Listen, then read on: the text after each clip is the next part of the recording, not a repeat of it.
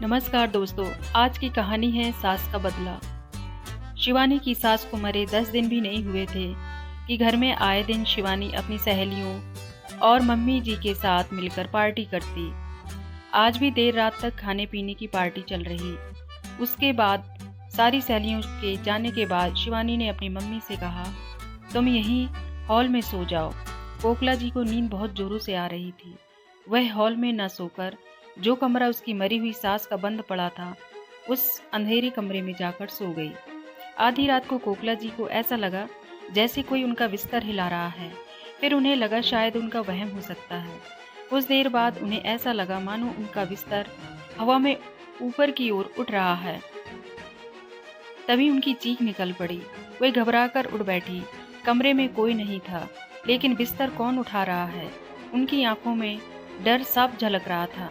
वह पागलों की तरह चिल्ला रही थी। तभी उनकी आवाज़ शिवानी ने सुनी, जो किचन में पानी लेने के लिए आई थी। मम्मी, क्या हुआ? मैंने तो कहा था हॉल में सोना, डर गई क्या? अरे नहीं, मैं डरपोक हूँ, कोकिला जी ने कहा। मम्मी, मेरे सास जब से गई है तब से सच में हम उस कमरे में नहीं जाते। उनके गुजरने के बाद से मैं उस कमरे में रात में तो क्या, दिन में भी नहीं जा पाती हूँ। और रात की तो बात ही अलग है। हमने न जाने कितने पूजा पाठ करवाई, लेकिन कोई असर नहीं हुआ उस बुढ़िया पर। वह तो जीते जी भी सताती थी और अब मरकर भी चैन नहीं। कोकिला जी ने कहा, अरे वह पापिन बुढ़िया थी, इसलिए मरने के बाद भी भटक रही है, वरना अब तक मुक्त हो जाना चाहिए। अच्छा सुन, मैं एक तांत्रिक को जानती हूँ जो ऐसे भूत को भगाने में महारथी है। तेरी सास जितनी भी पापिन हो, लेकिन देखना उसके आगे पानी भरते हुए नजर आएगी। मेरे साथ कल उसके पास चलना, कोकिला जी ने कहा। तो शिवानी ने कहा, ठीक है मम्मी, मैं चलूँगी, लेकिन अभी आप हॉल में सो जाइए।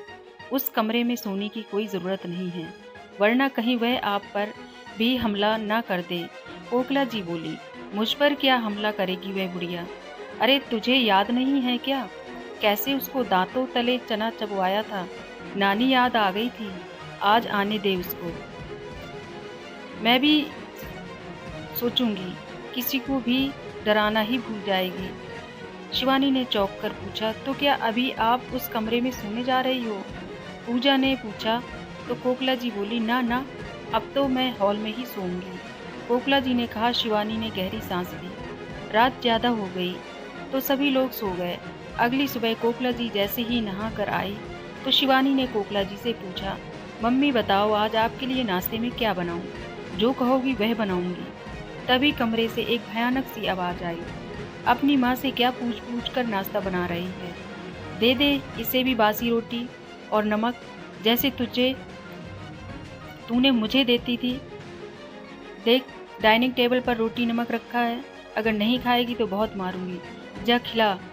शिवानी डर के मारे सूखी रोटी अपनी माँ के मुंह में डालने लगी और कोकिला जी भी भीगी बिल्ली बनकर निगले जा रही थी। ये आवाज़ शिवानी की सास सुमित्रा जी की थी। उनके ऐसा कहते ही शिवानी और कोकिला जी डर के मारे दूर कोने में सिमट गई और कहने लगी, मम्मी जी, आप पहले तो आप बस रात में ही आती थी, अब दिन में भी आज आप कमरे के बाहर कैसे आईं? शिवानी ने डरते हुए कोकिला जी से कहा, देखा मम्मी, अब आया यकीन मेरी बात का। माँ जी मरने के बाद भी यही हैं। तभी फिर से गुस्से में आवाज भरी आई, अरे भूल गई, तुम दोनों ने मेरे दिन रात का चैन छीना था।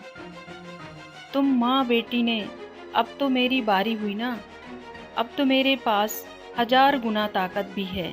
मैंने भी अब तुम लोगों का दिन रात का सुख चैन न छीन लिया तो मेरा नाम भी सुमित्रा नहीं। शिवानी की माँ कोकिला ये सुनकर बेहोश होकर जमीन में गिर गई। फिर से ढकेल लगाने की आवाज़ आई, अरे अभी डर गई, मुझे दांतों चने चबवा रही थी तू। शिवानी खौफ के मारे एक जगह खड़े खड़े पसीने से भीग गई थी। कुछ देर शांति बनी रही तो जाकर माँ के पास आई और पानी के छींटे दिए।